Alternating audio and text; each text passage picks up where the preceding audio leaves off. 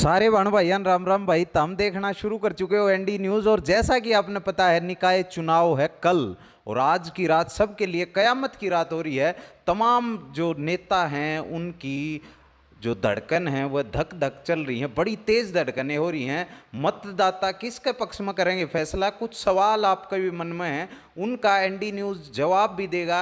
इसके बाद आप चुनाव विश्लेषण भी देखेंगे। और फिलहाल हमारे साथ मौजूद हैं सुशील वर्मा, भिवानी बचाओ आंदोलन संघर्ष समिति थे उसके अध्यक्ष रहे और लगातार संघर्ष करते रहे। उनसे जानेंगे कुछ सवाल भिवानी को लेकर के कि कैसे आंदोलन के बाद ये चुनाव भ्रष्टाचार पर नहीं जातियों पर हो रहा, उसके क्या कारण रहे और किसका पलड़ा इस वक्त मजबूत है। वर्मा जी स्वागत है। धन्यवाद। ये बताइए वर्मा जी, पहला सवाल तो ये है कि आंदोलन होया, भ्रष्टाचार होया, उसके बाद भी सबसे बड़ा मुद्दा इस वक्त अगर चुनाव में देखा जाए तो जाति है, यो क्यों है? देखिए, ये एक सालों से जमी जमाई कुप्रथा है, जाति के आधार पर चुनावी समीकरण बदलने की कोशिश करना। लेकिन इस बार पहली बार कई सालों बाद ऐसा हो रहा है। जो भिवानी के बुजुर्ग बताते हैं, भिवानी के जो पुराने नेता हैं वो भी मानते हैं इस बात को कि भ्रष्टाचार एक प्रमुख मुद्दा है। हो सकता है वो सबसे प्रमुख ना हो, लेकिन भ्रष्टाचार एक बड़ा भारी भरकम मुद्दा बन के इस चुनाव में उभरा है।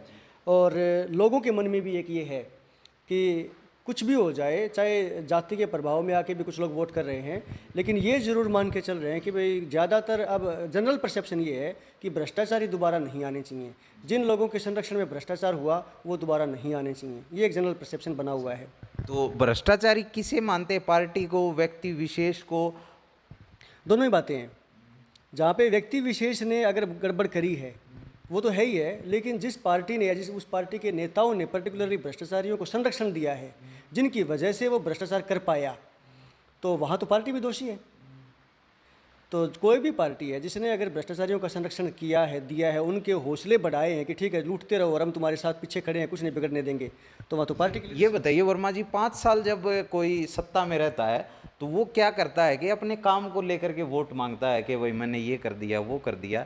तो ये चीज़ थोड़ी गायब सी चुनाव को लेकर के दिख रही है क्योंकि भ्रष्टाचार हो गए। तो क्या जो पिछले 5 साल में हुआ है, चाहे भ्रष्टाचार ही हुआ, उसको लेकर भाजपा वोट क्यों नहीं मांग रही? कैसे मांगे भाई? अपने कुकर्मों के लिए कोई कैसे उनको हाईलाइट कर सकता है कि देखो इतने बड़े कुकर्म करे हैं, इतने ज़्यादा हमने करप्ट काम किए हैं, इसकी वजह से वोट दो। वो आज डिफेंसिव इसी वजह से हैं।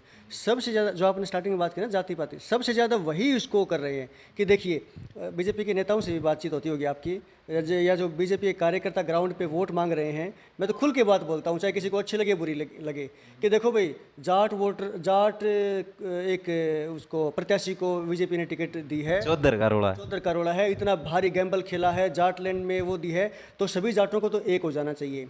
फिर वो पंजाबी समाज के नेताओं के पास बैठ के कहते हैं बीजेपी वाले कि देखो पंजाबियों के लिए पार्टी ने हमेशा ये किया, अखबारों में छपती हैं बाकायदा, उनके मंत्रियों की स्टेटमेंट छपती हैं। मतलब आप जातिगत आधार पे कितना और ज़्यादा पोलराइज करोगे अपने व्यक्तिगत फायदों के लिए, कि पंजाबियों को तो जितना मान सम्मान बीजेपी ने दिया उतना किसी ने दिया ही नहीं। बिल्कुल, मंत्री जी कह रहे थे वहाँ पर वो सभा में बार बार एक बात कहते हुए कि 36 बिरादरी की पार्टी है, लेकिन संजय भाटिया जी कहाँ हैं, सांसद हैं, और सरदाना जी कहाँ हैं, वो चेयरमैन हैं, मुख्यमंत्री जी कहाँ हैं, मनीष ग्रोवर जी कहाँ हैं, वो मतलब उनको खुश करने का काम चल रहा था। तो क्या उस समाज को खुश कर पाएगी भाजपा?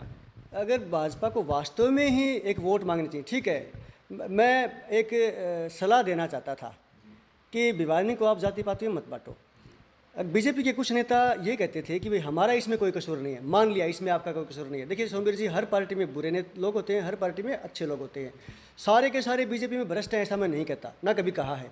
तो जो अच्छे लोग थे उनको आगे फ्रंट फुट पे आके ये कहना चाहिए था कि जिन्होंने गलत किया वो जेल के अंदर हैं, हम उनके गलत काम का कोई भी सपोर्ट नहीं कर रहे हैं, आगे अच्छा करेंगे, जात पात में बांटने की बजाय, और जाति के आधार पे कि वहाँ उन नेताओं को भेज दो, ओबीसी में उनके नेताओं को खुश करो, उनको करो। ये जिस तरीके से तिकड़मबाजियों से जो इलेक्शन लड़ रहे हैं, तो इसकी बजाय अगर बीजेपी ने अपना वो किया होता ना कि हाँ हमने यहाँ भिवानी में बुरे काम जरूर किए, लेकिन हमने देश में, प्रदेश में, समाज में अच्छे भी करे हैं, लेकिन कोई बोलने को तैयार ही नहीं। इतने डिफेंसिव हैं वो इस 5 साल के कार्यकाल को लेके।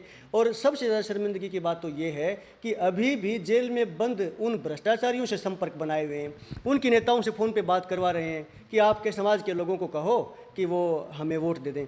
अब एक तरफ तो ये कहते हैं कि भ्रष्टाचार उजागर, ठीक है, भिवानी बचाओ आंदोलन के लोगों ने कर दिया, सुशील ने कर दिया, सुदर्शन जिंदल ने कर दिया, लेकिन हम भ्रष्टाचारियों के खिलाफ हैं। भ्रष्टाचार के ऊपर हमारे मुख्यमंत्री करारा प्रहार करते हैं, हमारी कैची चलती है उनकी गर्दन पे, लेकिन वो एक तरफ रात के अंधेरे में जाके उन भ्रष्टाचारियों से जेल में मिल के आते हैं और उनसे समर्थन मांगने आते हैं। तो बदले में क्या कहा होगा? ऑब्वियसली वो जो जेल में बंद है भ्रष्टाचारी, वो क्या उनसे मांगे? कुछ ना कुछ तो उनसे फेवर मांगेगा ना, कि ठीक है तेरे को जल्दी निकालने की कोशिश करेंगे।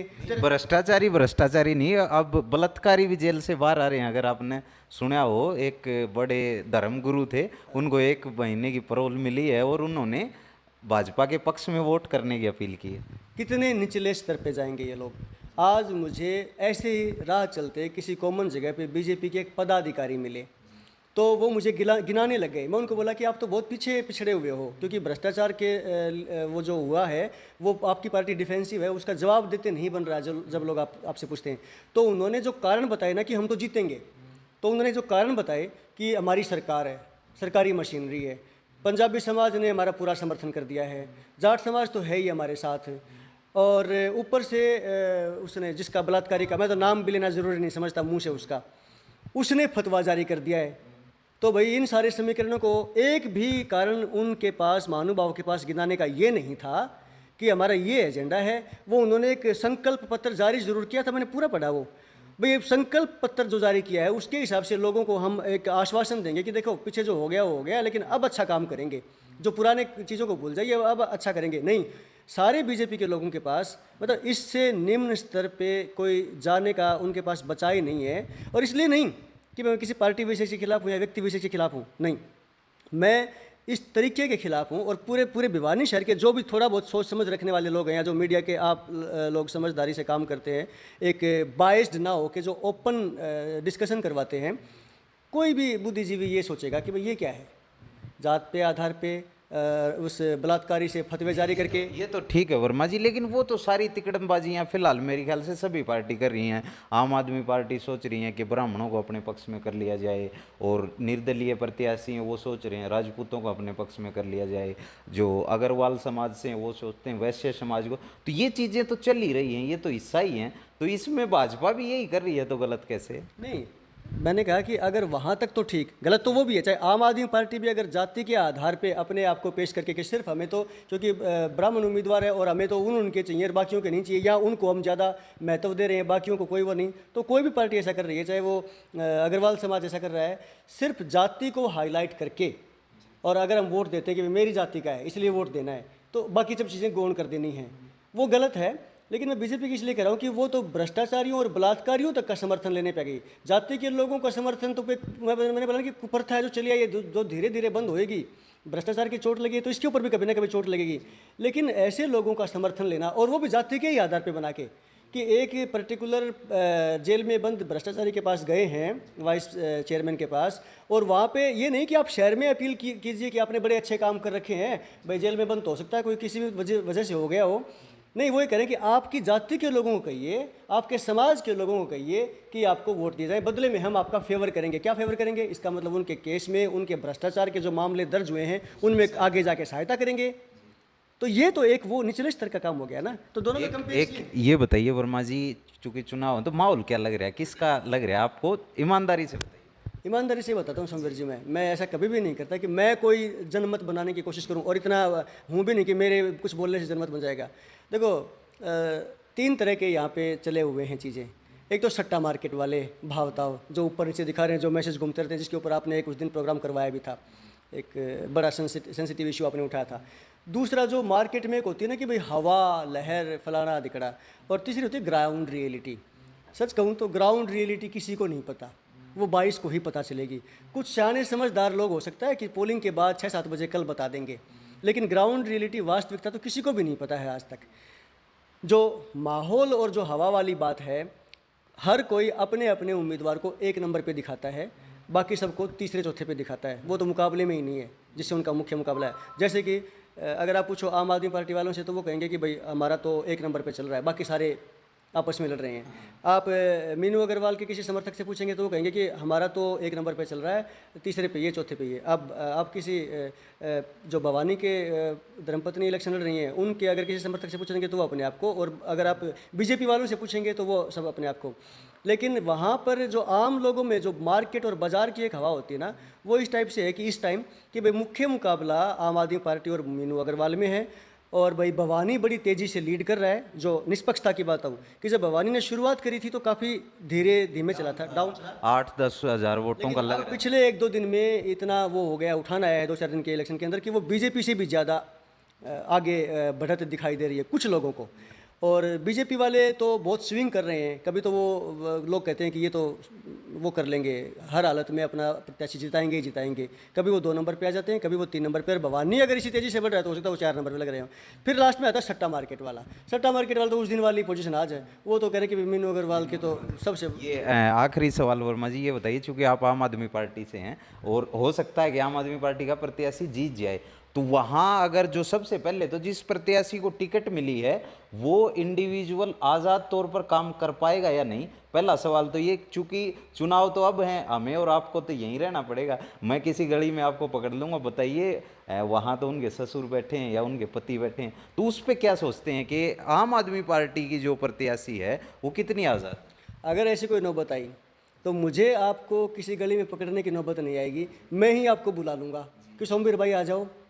इन्होंने कमिटमेंट तो ये किए थे कि अपने दम पे सक्षम महिला के तौर पर ये काम करेंगे, और ये तो ऐसा नहीं कर रही हैं, तो मैं खुद आपको बुला लूँगा। लेकिन जो मेरी उनसे बातचीत हुई है या जो उन्होंने कमिटमेंट पूरे शहर को किए हैं, मुझे अकेले को नहीं, पूरे शहर को उन्होंने जो कमिटमेंट किए हैं, और जो उनकी बातों से लग भी रहा है आज की तारीख में, जो जिस तरीके से उनका प्रचार कर रहे हैं और जहाँ हर जगह वो कमिटमेंट कर रहे हैं, कोई भी उनको किसी भी गली में पकड़ सकता है कि ये क्या है, आप तो बार बार अपने वहाँ से इंस्ट्रक्शन ले रहे हैं। तो ऐसा कुछ नहीं है, उनको खुद ही ये काम करने होंगे, और मुझे लगता है कि वो ये सारे काम करने में सक्षम है। जहाँ उनको ज़रूरत पड़ी, किसी की भी हो सकता है, किसी मामले में आपकी ज़रूरत पड़े, किसी मामले में भिवानी बचाओ आंदोलन की ज़रूरत पड़े कि हम लोगों ने पूरी तरीके से शहर का एक तरह से स्टडी कर लिया, तो बता सकते हैं कि यहाँ पे करप्शन रोकने में आपका ये इस तरीके से रुक सकता है, यहाँ पे आपको विकास कार्य में इस तरीके से फ़ायदा मिल सकता है। तो वो हर बात के लिए वहाँ से अपने घर से बैठे बुज़ुर्गों से सलाह लेंगे या उनके इंस्ट्रक्शन लेंगे, ऐसा मुझे लग नहीं रहा। और अगर वो ऐसा करेंगे, खुद वो वासुदेव शर्मा जी भी बार बार स्पष्ट कर चुके हैं इस बात को कि भाई वही रहेंगी उसमें सेंटर स्टेज पे, अगर वो जीतती हैं तो वही अपने डिसीजन लेंगी। और यहाँ तक भी वो कई बार बोल चुके हैं कि अगर ऐसा लगा कि वो सही नहीं कर रहे हैं कुछ मामलों में, भाई उनको ठीक नहीं है, तो मैं उनको टोकने के लिए ज़रूर उनको कहूँगा, लेकिन किसी इंस्ट्रक्शन और ऐसे दिशा निर्देश के लिए कभी उनको नहीं कहूँगा। तो भाई देखो, ये था विश्लेषण, और अपने मत का प्रयोग जरूर करें। और प्रत्याशियों से भी अपील है कि जो धनाढ़ लोग हैं वो भिवानी जीतने के बाद शहर छोड़ के सूरत ना भाग जाएं, और जो यहाँ रहने वाले लोग हैं वो अपने पतियों को गद्दी पर ना बैठाएं, और आप भी सोच समझ कर वोट करें। और वोट की चोट, ये मौका आपको 5 साल बाद मिलता है, तो इसका बेहतर तरीके से इस्तेमाल करें और लोकतंत्र का उदाहरण दें। जी वर्मा। हाँ, एक आखिरी बात मैं भी भिवानी के मेरे सम्मानित नागरिकों से कहना चाहूँगा कि जो भ्रष्ट लोग अगर फिर से वहाँ पे हाउस में आके बैठते हैं, तो जो एक भिवानी नगर परिषद का नाम खराब हुआ है, बदनाम हुआ है पूरे हरियाणा में नहीं पूरे देश भर में, तो वो ऐसे अगर फिर से चुन के वहाँ बैठ जाएंगे, चाहे वो पार्षद का चुनाव लड़ रहे हैं और चाहे वो चेयरपर्सन का चुनाव लड़ रहे हैं, तो यूँ लगा लीजिए कि बदनामी की मात्रा बढ़ जाएगी, डोज बढ़ जाएगी। तो अगर भिवानी नगर परिषद की जो इमेज है, खोई हुई प्रतिष्ठा है, वापस लौटानी है, भले आप किसी को वोट दें, कोई रिकमेंड नहीं कर रहे, किसी पार्षद को वोट दें, किसी चेयरपर्सन के उम्मीदवार को वोट दें, लेकिन इतना ज़रूर याद रखें कि आपका वोट किसी भ्रष्टाचारी के पक्ष में ना जाए। इतनी मैं भिवानी। तो भाई भ्रष्टाचारी के पक्ष में ना जाए, क्योंकि वो इनडायरेक्टली जो पैसा आता है आपको हो सकता है थोड़ी बहुत सहायता कर दें, लेकिन खून की तरह जो मच्छर चूसता है ना, उसका लेट डंक मार के उड़ जाता है तब खुजली होती है। तो ये भ्रष्टाचारी उन मलेरिया के मच्छरों की तरह हैं जो आपको काटेंगे भी, आपका खून भी चूसेंगे और आपको बीमार भी करेंगे। तो भाई उनसे सावधान और अपने मत का प्रयोग जरूर करें। और भाई कल बारिश भी हो सकती है, मौसम खराब है, तो सभी प्रत्याशी अपने अपने लोगों को सुरक्षित मतदान केंद्र तक पहुंचाएं। और सरकार से भी, प्रशासन से भी निवेदन है कि शांति प्रिय इस चुनाव को पूर्ण करवाएं। और वीडियो को भाई शेयर कर दें। फेसबुक पर देख रहे हैं तो हमारे पेज को लाइक करें, फॉलो करें। आप देख रहे थे एनडी न्यूज़, मेरा नाम है सोमवीर, कैमरे के पीछे